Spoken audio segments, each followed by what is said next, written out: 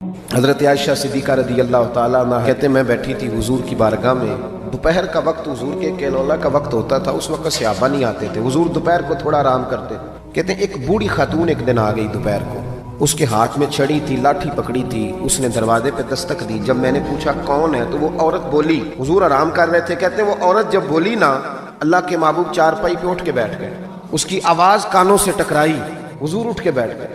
دروازہ کھولا، وہ خاتون اندر آئی تو بڑی دنیا آتی تھی، اور جس انداز میں نبی پاک نے اس کا استقبال کیا ایسا کم ہوتا تھا۔ حضور کھڑے ہو گئے، پھر محبوب پاک نے بٹھایا، پھر حضور علیہ السلام کی میں آنکھوں کا حسن اور روشنی دیکھ کے اندازہ کر رہی تھی کہ اس کے آنے سے حضور بڑے ہی زیادہ خوش ہیں، نبی پاک بڑے خوش ہیں۔ اللہ کے محبوب نے کھجوریں دی، سرکہ دیا، دیر تک حضور ان کی باتیں سنتے رہے۔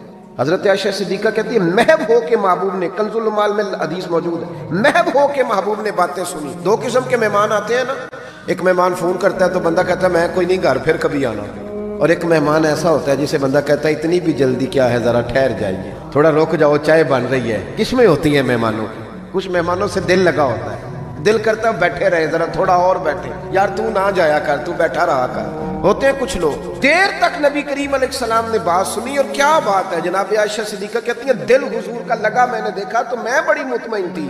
اس خاتون نے کہا کہ اب میں نے جانا ہے، لگ رہا تھا کہ حضور چاہتے ہیں ابھی رکے، لیکن اس نے جب کہا نہ جانا ہے تو حضور نے فرمایا ٹھیک ہے۔ جب وہ جانے لگی تو حضور نے تحائف جمع کیے اور جناب بلال حبشی کو فرمایا ان کے ساتھ جاؤ اور چھوڑ کے آؤ۔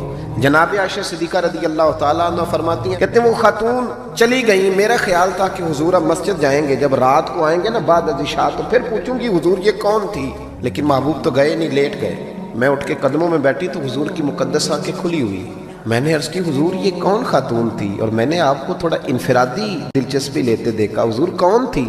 جب میں نے پوچھا تو حضور کی آنکھوں میں آنسو چمکنے لگے، حضور اٹھ کے بیٹھے اور فرمانے لگے عائشہ یہ میری پہلی زوجہ خدیجہ الکبریٰ کی سہیلی تھی، اور فرمایا جب ہم مکے میں رہتے تھے تو یہ آیا کرتی تھی، خدیجہ اس کا پرتک پاک استقبال کرتی تھی، اسے کھجوریں کھلاتی تھی، دودھ پلاتی تھی، پھر یہ باتیں سناتی تھی تو خدیجہ اس کی باتوں کا جواب دیتی تھی۔ فرمایا آج اس کی آواز کانوں سے ٹکرائی ہے تو ساری یادیں پھر سے تازہ ہو گئی ہیں۔ فرمایا میں نے اس کے ساتھ وہی سلوک کرنا چاہا ہے جو فاطمہ کی اماں کرتی تھی، میں نے وہی عزت دینی چاہیے جو وہ دیتی تھی۔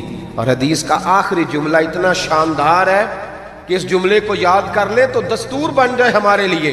محبوب نے فرمایا عائشہ تعلق اچھے طریقے سے نبھانا یہ بھی ایمان کا حصہ ہے۔ حضور نے عزت دی، نبی کریم نے وقار دیا، حضور ہر آنے والے کو عزت دیتے۔